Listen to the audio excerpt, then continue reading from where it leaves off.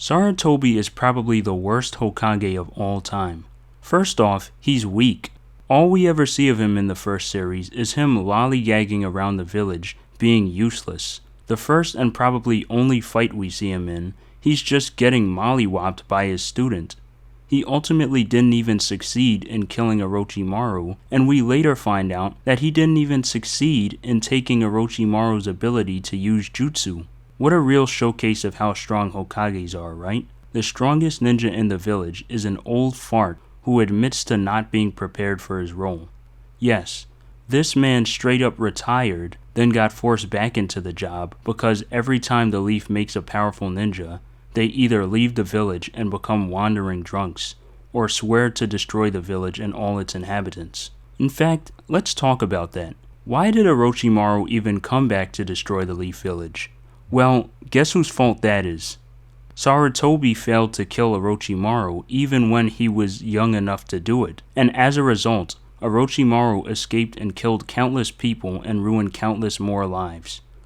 Oh yeah, and killed him. This isn't even mentioning that Sarutobi's horrible mentoring was probably the reason Orochimaru turned out the way he was in the first place. I'm of the opinion that not everyone is born a power-hungry lunatic. Like, I'd give Sarutobi a slide for how Orochimaru turned out, but his track record would still be terrible.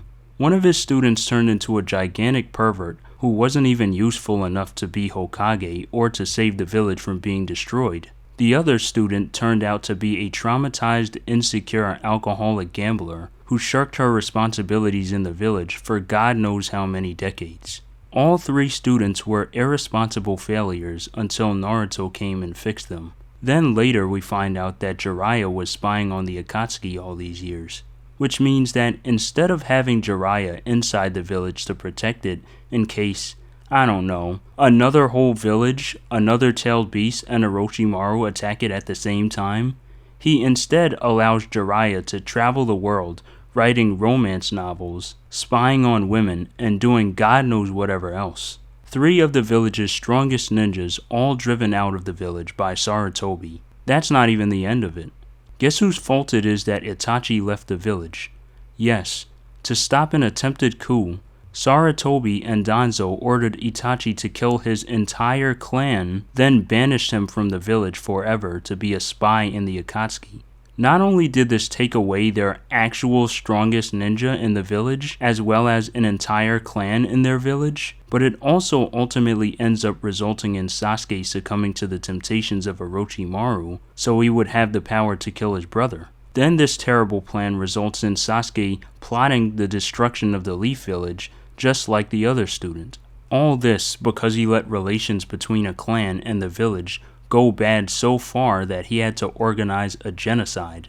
So that's about 5 of the Leaf's most powerful ninjas being driven away from the village as a result of Sarutobi's terrible decisions. It couldn't get any worse, could it? Well, who was responsible for the war that ended up having Obito die and plot the destruction of the village? Oh, you've got to be kidding me. What about Neji's father?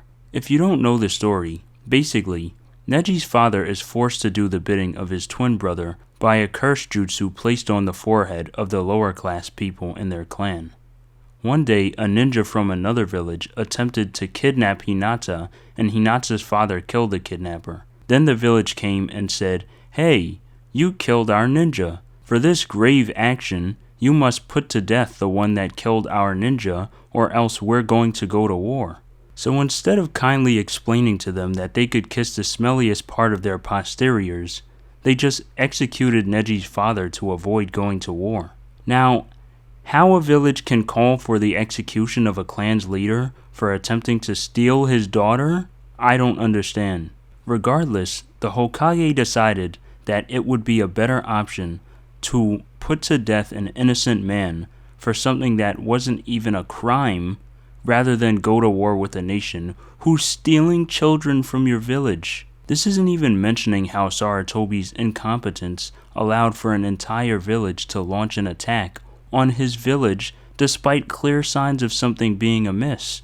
I mean, he literally had to rely on a 12-year-old to stop a tailed beast from destroying the village while he bled to death.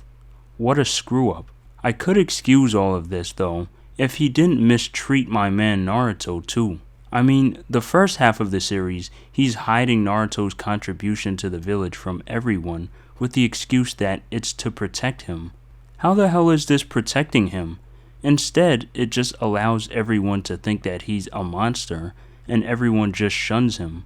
This child's body was sacrificed to be a vessel for a monster and to be a political bargaining chip, yet you have him being shunned and living in a dingy apartment with no adult supervision. The fourth Hokage's dying wish was for his son to be recognized as a hero of the village, and yet Sarutobi, throughout the entirety of his life, allowed Naruto to be mistreated by the entire village for literally no reason, even going so far as to severely punish those who talked about the sealing of the tailed beast in Naruto.